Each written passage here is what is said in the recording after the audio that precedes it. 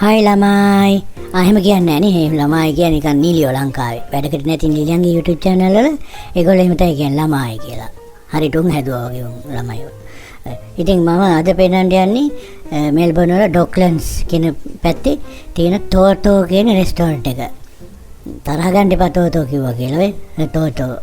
يعني ඒක ඇත්තටම කිව්වොත් The Pink Rabbit Docklands කියලා තමයි Google search කරද්දි එන්නේ. ඔය තියෙන්නේ ටෝටෝ කියලා තමයි ඒක කිව්වට The Pink Rabbit. හරි ලස්සනයි පේනවද? ඔය වගේ ලස්සනට තියෙනවා.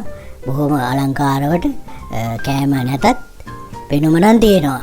එහෙම තමයි හිතෙන්නේ වෙලාවකට. හැබැයි කෑම තියෙනවා මෙතන. ටිකක් සල්ලි වැඩිපුර යනවා. මෙතනින් ගන්න ගියොත් පේනවනේ යම් පොෂ් විදියට කොස් කන්න පුළුවන්. අන්න එහෙම තැනක් ඕක. කෑම රස නැතත් think out of the box කියලා අපිට හිත හදාගන්න පුළුවන්. අන්න එහෙම තැනක් ඒක. ඔව්. පේනවද මෙනු එකත් හරි වෙනස් මෙනු එක පොත වගේ එක. නිකන් රැබිට්ලා. ඒ කියන්නේ හාවෝ. ඒ කියන්නේ හාවෝ තමයි එන්නේ කියලා හිතාගෙන ඉන්නේ ඒගොල්ලෝ. හාවන්ට කෑම දෙන්න තැනක් වගේ නිකන්. කොහොමරි මෙනු එක ලස්සනයි ඔය.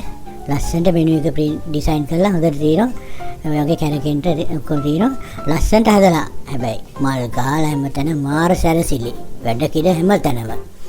ආසයි දැක්කම අර ඔය පේනවා ලස්සන රජමාලිගාවකට ගියා වගේ. පවුලේ අයත් එක්ක විනෝද වෙන්න එහෙම මම හිතනවා හොඳ තැනක් කියලා. මම ගියේ මගේ වයිෆ් එක ගිහිල්ලා ලාභම එකක් කෑවා අපිට සල්ලි නැති නිසා. මොකද හරි ගණන් මෙතන. ඔව්. දැන් මේ වගේ කෑම තියෙනවා ඉස්සෝ නම්මන ඕනම දෙයක් ගන්න පුළුවන්. මේ පට්ට රසයි කෑම. ආයෙ දෙකක් නෑ පට්ට රස කෑම. ගිහිල්ලා බලන්න. අපි ඔයාන කණ්ඩත් ඕනේ ඔය වගේ ඔය. ඒගොල්ලෝ රත් කරන්නේ ඔය වාදන් ටික දෙනවා ඔක්කොම. ආම්පන්න දෙනවා. අපිට එතන ගිහිල්ලා හදාගෙන ග්‍රිල් කරගෙන වගේ කන්න තියෙන්නේ. ඉතින් පොඩ්ඩක් ඒක පොඩ්ඩක් පුරුදු වෙන්න ඕනේ.